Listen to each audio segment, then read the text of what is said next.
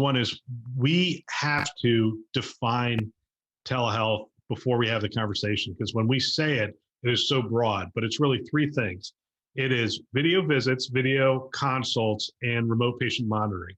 And each one has its use cases and each one has its application. Every time we talk about it now, people assume it's just video visits, and we're seeing a growth in remote patient monitoring. And video consults between doctors and those kind of things is highly efficient and should continue to grow at whatever pace it could possibly grow at, as fast as it can. Remote patient monitoring will be interesting to see how it grows, because we need more use cases, but it gives you more touch points around between the patient and the doctor, especially chronic conditions, type 2 diabetes, type 1 diabetes, Livongo and other things to that effect are good ways to get more touch points. But the video visit is interesting to me in that if I'm getting a $235 bill for a 5-minute video appointment where they didn't diagnose anything, yeah, I'm going to have a problem with that. And by the way, I'd have a problem with anyone who did that to me. That, hey, we couldn't really diagnose anything.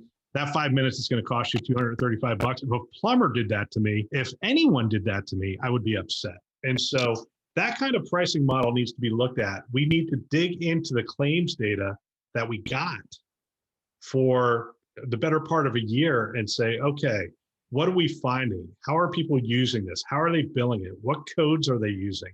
And we should have a ton of CMS data. We should have a ton of commercial data to see where this is working, where it's not working, and then tweak the dials around this. But me personally, I love video visits. I think it's convenient.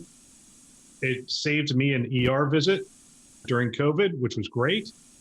So I like that aspect of it.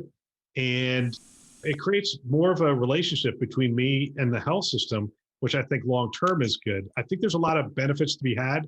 Now, my mom will have none of it. She's ready to go back and see her doctor. She had AFib, and the doctor caught it in a visit in a routine visit.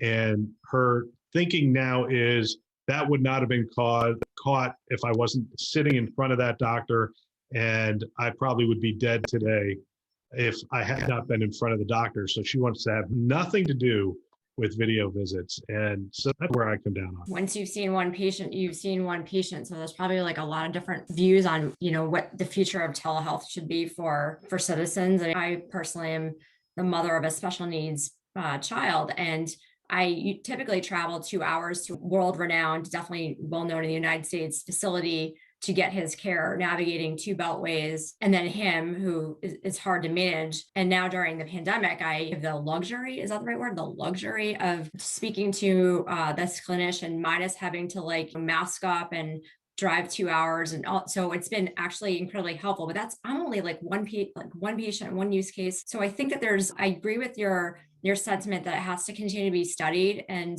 that's something that Chime has supported. We actually do think it should be monitored. I don't think that COVID is the perfect use case. We were thrown into a pandemic, and yes, there's a lot of data, but it wouldn't be like an apples to apples comparison, right? There's still people who had to hold off on getting care that maybe the health system felt wasn't needed and urgently, but they still wanted to get done. There's still probably there were cases where you had to hold off care that really should have been taken care of, right? Because of COVID. So it's not the perfect example of apples to apples comparison, this data that we have now for about a year, right? So I agree that it needs to be studied.